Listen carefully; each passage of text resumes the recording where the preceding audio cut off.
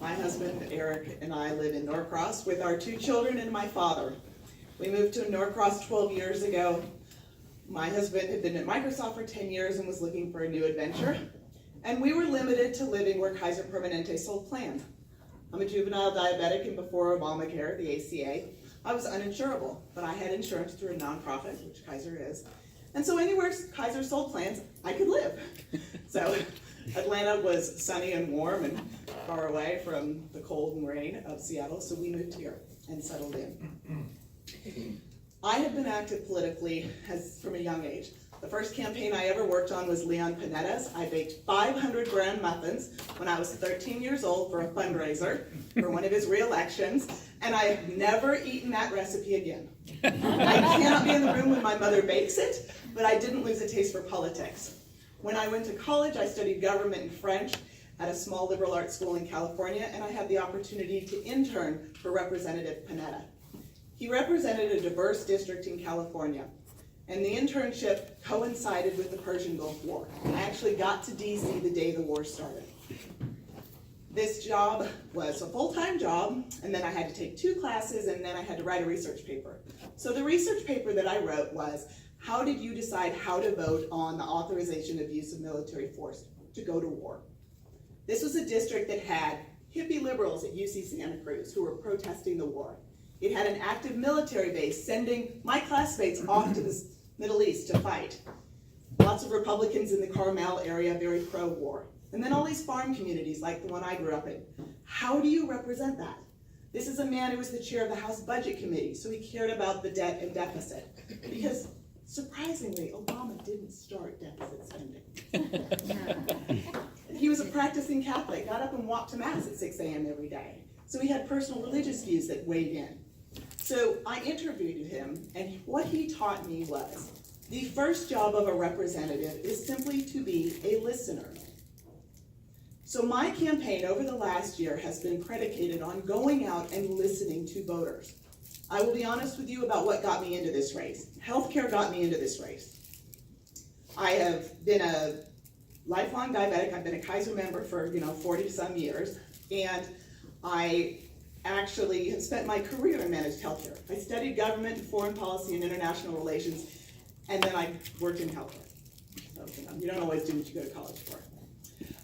But my experience working in managed healthcare included helping to implement the ACA here in Georgia. So after Trump was elected, there was an organization getting started in Gwinnett County you may be familiar with, Indivisible GA7. And I showed up at the very first meeting and kicked off that organization here. And one of the things that we were asked to do is listen into Rob Woodall's telephone town halls. He doesn't do them, in person anymore. He does them on the phone. And late last winter, early last spring, he had a telephone town hall where he was talking about that first bill to repeal and replace the ACA. And he said 2 things that made me decide to run that night. The first thing that he said was, in his folksy way, I don't have a dog in the fight for every line in every bill. And my reaction was, well, of course you don't. But you have a constituent who does, and it's your responsibility to know what those dogs in the fight are. And I would argue that we all have a dog in the fight for some line in a healthcare bill. He went on to say, this isn't a great bill to repeal the ACA, but we'll fix it, coming out of committee, but we'll fix it on the floor. As a student of government, I will tell you, you do not fix bills on the floor of the U.S. House of Representatives. No number of amendments will fix a fundamentally flawed bill. That bill never made it to a vote on the floor last spring. You remember it wasn't until I was on vacation last summer when they finally were getting it up for a vote, okay? I hung up the phone at the end of the call and I told my husband, Eric, I could do a better job than this. And my sweet and supportive husband said, well, of course you could, dear. But you maybe want to see what you're up against. So I did. I looked up Rob Woodall. He's about a year older than I am. We're both going gray, so we're the same age range. He's never had a job in his adult life outside of that DC office. I have spent a career in managed healthcare. I have managed lobbyists. I used to say that I got to tell Haley Barber what to do back in the day. It was a fun job. His lobbying firm got paid more by my managed mental health care company than I made in a year in a month. And yet I made them do work for us. We were tracking HCFA Medicaid waivers. HCFA was the predecessor to HHS. And they were doing Medicaid waivers in 13 states to try to change how we provide mental health services to the Medicaid populations. So we made them do some work for us. I then spent a number of years in risk management in healthcare. Risk management has to do with writing policies and procedures that exist in the space between the law and the people who have to obey it, who work for my company. This is a unique skill set among those who are running for this office. I will tell you, Carolyn Bordeaux has more experience writing legislation than I do. She has no experience in this place about how do you get people to obey it. How do you think about what you're writing so that it is obeyed and so that it is a reasonable law to obey? We are missing a lot of that. I would argue that in the time since I interned in DC, with the era of Newt Gingrich, we have seen a dysfunctional Congress. By design, when you decrease the funding for committee staffers and House staffers, you outsource that work to lobbyists. We have not had Congress passing legislation in the last 20 years the way it used to. So what we have seen is the Obama administration passing regulations to fill in the gaps in the law in ways that we are all very supportive of as Democrats. The danger of this is that Trump comes in and can undo all the regulations that Obama put into place because we have a dysfunctional Congress. We need a functioning Congress. We need a Congress filled with representatives like me who are drafting bills. Now, you know there are 6 of us in this race. I will argue that I am the one, despite not having raised as much as the top 3, who has the best chance of getting elected in November. And the reason is, I have been very honest and empathetic in my campaign. If you look at my door hangers, and I'll hand them out later, it leads with my values. Honesty and empathy, everything starts from there. When I go out and talk to voters, I talk a little bit, and then I ask them a question I'm going to ask all of you. And I'd like you to think about it while I'm talking, because I'm not going to talk for 20 minutes, but I'd like, if you are willing to raise your hand and answer the question, to give me your answers. And the question that I ask is, of all that's going on in this country politically, what is your greatest concern, and what do you want me to focus on first as your representative in Congress? And I'll tell you what the answers have been over the last year from the majority of the constituents I've talked to, not all of whom are Democrats, by the way, many of whom are not. Healthcare is always number 1. It's nice that that's what got me into the race, and that is what others are concerned about.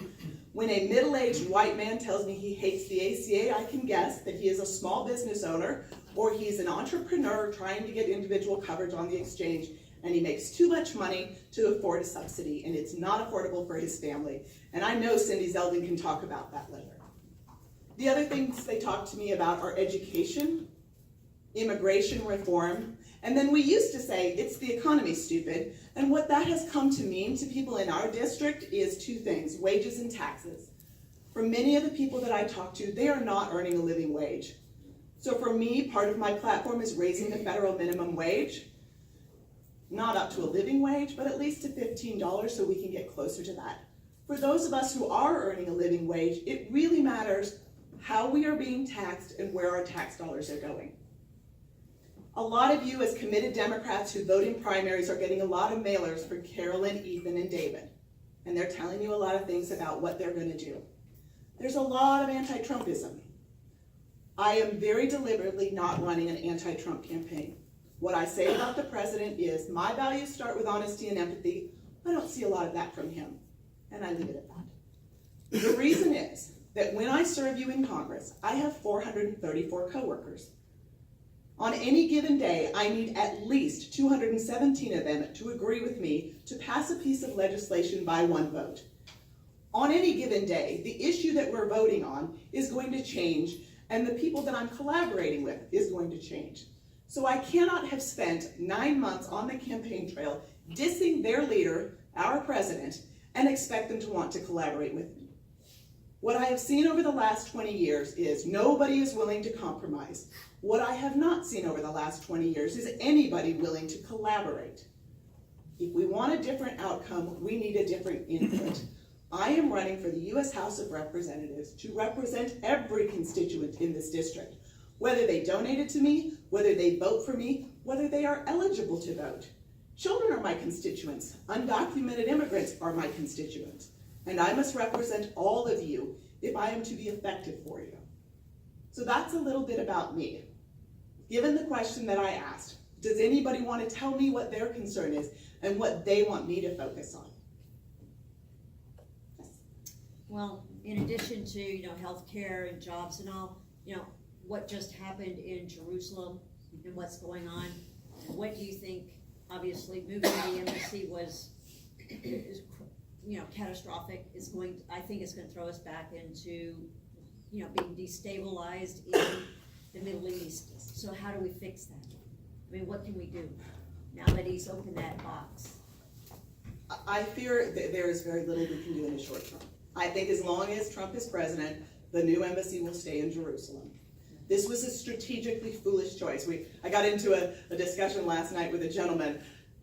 I had come to see his wife, and he was a Republican. He's like, oh, but you can talk to my wife, and he took over the conversation. But he thought this was a great thing. And I said, he did not understand that Jerusalem is of religious importance to Muslims as much as it is to Jews and to Christians. He had no idea. There are too many people in our country who are very supportive of this from a Christian perspective, not a Jewish perspective, a Christian perspective, who do not understand the importance of Jerusalem to Muslims. I took it as this decision made no strategic sense. It destabilizes the Middle East. It appeased Christian evangelicals in this country, and it's propping up a weak government in Israel that is otherwise being dogged by too many problems, corruption issues that Netanyahu's facing. And so Palestinians are going to die. Jewish soldiers are likely to die. I don't see that changing soon. I think that as soon as there is a new administration, as long as it isn't Pence, we may likely get the embassy to move back to Tel Aviv in a safer location. But I don't see Congress stepping in to do anything. It's not going to happen, unfortunately. Sorry. Sorry, you want to go ahead, Latricia? No, you go. So the differences between Forsyth and Gwinnett, here in Forsyth, I mean, obviously there's a large undocumented population in Gwinnett. We have quite a large undocumented population here. Much of the county is still agricultural based. We have a lot of undocumented workers at the Tyson plant, at the Coke plant, and things like that. And I know in my race, the Republicans are having a great time, arguing who's gonna be the biggest anti-immigrant. And one of the things I'm kind of focusing on is working through this hypocrisy of living in an economy that depends on undocumented labor right now. So how are you going to, work through the Forsyth constituents who need these undocumented workers to become documented, I guess? So in 1987, my summer job was cutting apricots in California. I worked alongside a lot of undocumented immigrants. That summer, Congress was negotiating what Ronald Reagan eventually passed into law that November, which was the most sweeping immigration legislation we've had in generations. We are overdue for one. When I went back to look at the parts of that law, it is what we need now. The exception being one of the things that the Chamber of Commerce enabled in that legislation that has been its downfall all these years was that employers were not required to check the immigration status of contract employees if they hired a contractor. So what we too often see is we see an employer hiring documented immigrants at a wage, and then hiring a contractor who hires undocumented immigrants. They're all doing the exact same work. These people are getting paid less. Often these people are working under a different social security number, paying in taxes, because immigrants know that if they pay taxes along the way, it actually helps when they apply for citizenship, because it shows they've been a responsible taxpayer, even though they've done it under somebody different name. That's one of the pieces that we need to change. I took the opportunity in the Loudermilk debate to sort of answer a question that wasn't asked when I said, I am a progressive Democrat. I believe in a pathway to citizenship for undocumented immigrants. And the reason that I do is that many of them have children here, and I do not believe in breaking up families. I want these undocumented mothers to be part of their children's education. It improves their children's educations here. Even for those who don't have children, these are people who are working and are part of our communities. If I am honest and empathetic, anybody in this room who has lived in a house that was built after 1995, who eats vegetables and fruits, who has an elder in a assisted living facility or a hospital, who has had a cleaning lady or a yard service, has hired an undocumented immigrant. It's not just the guy standing outside of Home Depot.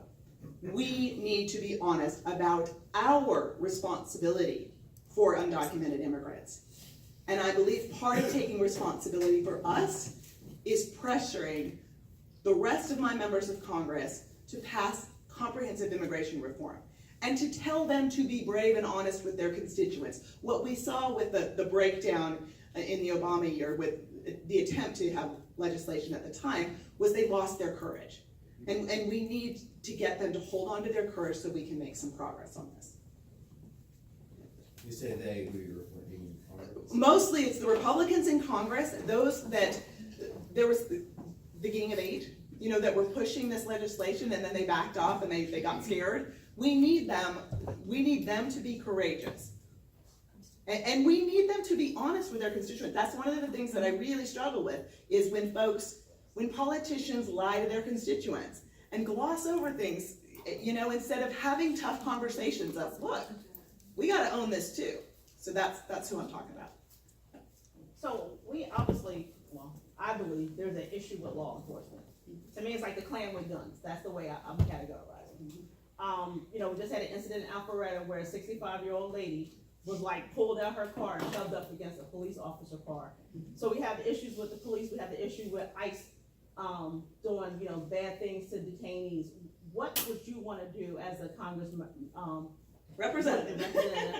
to, you know, help with these type of issues? So from a federal level, there are a few things I think that we may be able to look into. One is we need to absolutely end the militarization of our police. This offloading of weapons. We have turned too many of our police officers into a soldier mentality instead of protecting and serving their communities. One of the things we don't do is pay our officers enough. You know, I don't know if what we need is essentially Title I funding for police officers so that police officers have some equity in funding that is not achievable at local tax, property tax rates. You know what I mean? Because what I think about in Norcross, we have one police officer, I think, in Norcross who lives in the city, who can afford to live in Norcross and be a police officer in Norcross. He lives with his mother. So we don't have community policing.